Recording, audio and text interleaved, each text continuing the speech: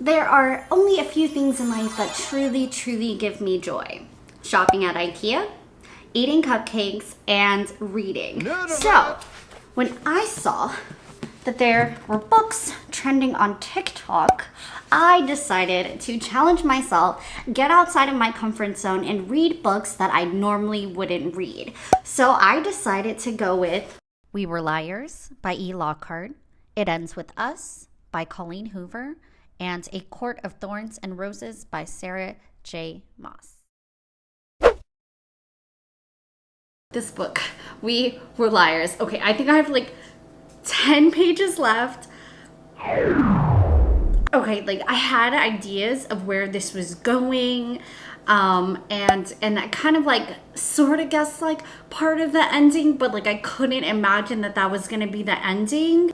It's wild, like, and I still have like 10 pages left, and I'm just like sitting there like, and I'm obsessed. Like I'm sitting in my kitchen. It's like 9 o'clock at night, and I'm gonna finish. Okay, so I'm on page 233. When I tell you this book had me in my emotions, especially those last few chapters, I was in and out of my emotions. I was crying. I was on a roller coaster.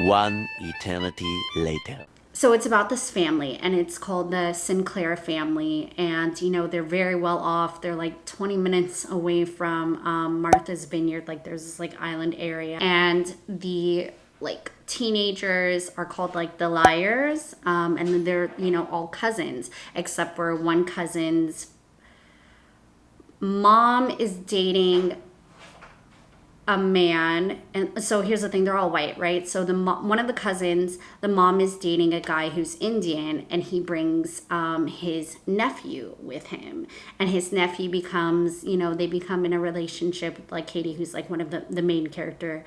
And it really, gosh, it really is like a line. It talks about like privilege and privileged families, and like the families that are like fighting over the inheritance, and the father, like the grandfather, and just kind of like how these kids didn't choose to be, you know, these pawns in this war for like the grandfather's love. Stop it. Get some help. And it really just kind of centers on how they are the only ones that they truly have, because like the moms are constantly drinking. Gosh, it's like so annoying. Like the moms going back and forth over the estate and just how selfish they are. It's like young love, but it's also like forbidden love, because like she's white and from this like privileged family with like a trust fund, and he's Indian, and there's like this whole thing. So what you find out is that she's involved in an accident, and so she has a memory loss. You don't remember what we were talking about? So when she returns back to the island, you know, after that summer, and she starts really trying to reconnect with her cousins and also the boy that she loves, to understand and piece together what happened in that summer 15, while also dealing with, you know, the family politics that happen. You get to see the relationship with the cousins, the relationship with the boy who she falls in love with. I think really the heart of the main character, like what she goes through, and especially that ending, which is like the last, I want to say like maybe the last 20 pages, when it all comes together. And it's also really cool to see like the bits and pieces finally come together and start to make sense. If you've read the book, leave a comment. I feel like I'm not giving a lot away. So you know what? I'm going to say it was a 4 out of 5 for me. The thing that really just threw me off was like a lot of the riddle talking. If you are looking for something that has, you know, a little bit of mystery, if you're looking for something that has romance in it, I think that this is it. Overall, it was a really great book, and apparently there's a sequel, or it would be considered a prequel, where it focuses on the parents. So yeah, definitely check it out. Let me know what you think, and now let's head on to the next book that I'm reading. I'm like on page 118. So there's the main girl, Lily, and you know, it goes back between like her present where she's like falling for this like neurosurgeon Ryle. Falling for Ryle, who doesn't want to commit. Not me rooting for a character who is emotionally unavailable. And they're just like, all of this like romantic tension just gets it's my heart pounding, okay? And then there's like the guy from her past, Atlas, and you know, they both have like a troubled childhood, and well, he's like 18 and she's like 15. And you know, they both have this like troubled history and family history. Is that trauma bonding? You know, because Rao obviously does not want to commit. Like, he does not want to commit. This book has been a roller coaster. Like, it's legit making my heart putter. 2 seconds later.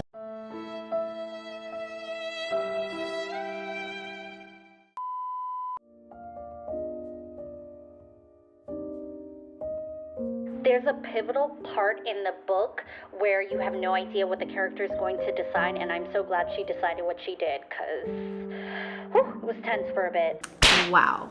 I do feel like, I don't know if there was a trigger warning, but I feel like there should be a trigger warning because there is some serious subjects, and I feel like it can be triggering for some people. I don't know what I thought this book was going to be about, but it was definitely gripping. 5 out of 5. I am going to look into her other books. I hope it doesn't have as sensitive of a topic in her other books, like, because it's really heavy. It was just a lot, but on to the next book.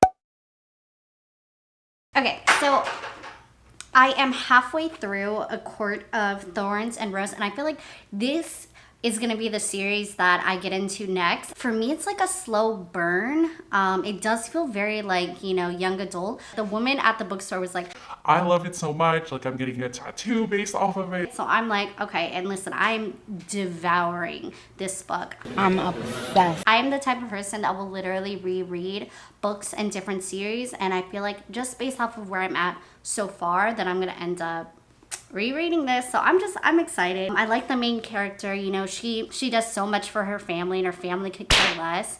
And you know, even after she ends up in the fairy realm, she's still like worried about her family. And I'm like, girl, your family, your sisters do not care about you. And it's not just about like different fairies that are trying to kill her just because she's like mortal. It's like actual danger.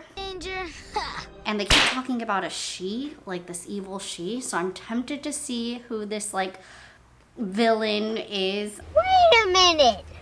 Who are you? Also curious about like this love story, like if they fall for each other and kind of how that is. I feel like, so Tamlin, the guy, is kind of opening up, but then we'll see, because I'm like at the part where they're like kind of falling for each other.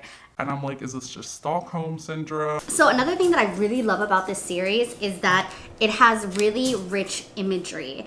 It is so detailed, and the way that the author describes what's happening, describes the scenes, I feel like it really throws me in, and it really paints a really great picture of the world, what's happening.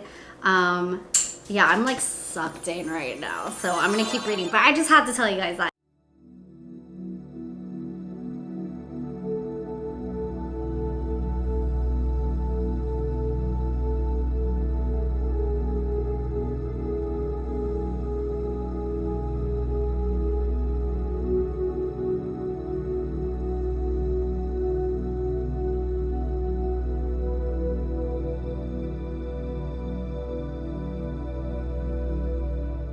Guys, I finished it.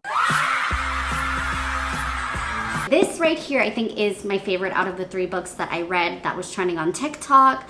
I liked the Beauty and the Beast aspect to it, but I feel like that wasn't Like, there are a lot of books that are like modern retellings or that are retellings of fairy tales, and it's like the same story, but this had a different twist on it. I'm excited to read the next books in this series. I'm curious about the main character. You know, I feel like she got herself in like kind of a sticky situation where she has to divide her time. One eternity later. This is my favorite of the books I read, and I'm so excited to read the next ones. So yeah, definitely check it out. Listen, I love reading, so if you guys want, I'll do more book reviews. Let me know in the comments below. And definitely let me know if you read any of these books and your thoughts.